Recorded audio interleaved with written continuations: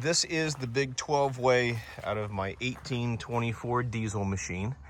Again, remember that this LS is the entry-level splitter from Timberwolf.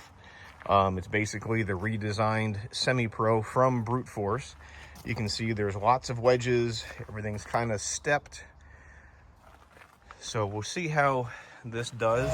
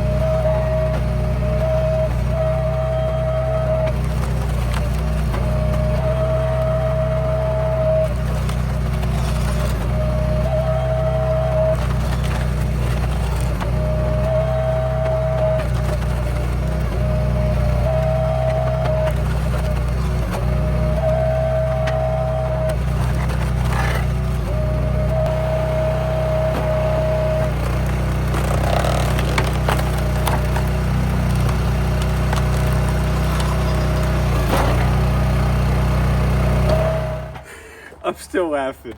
I mean, this is an entry level splitter.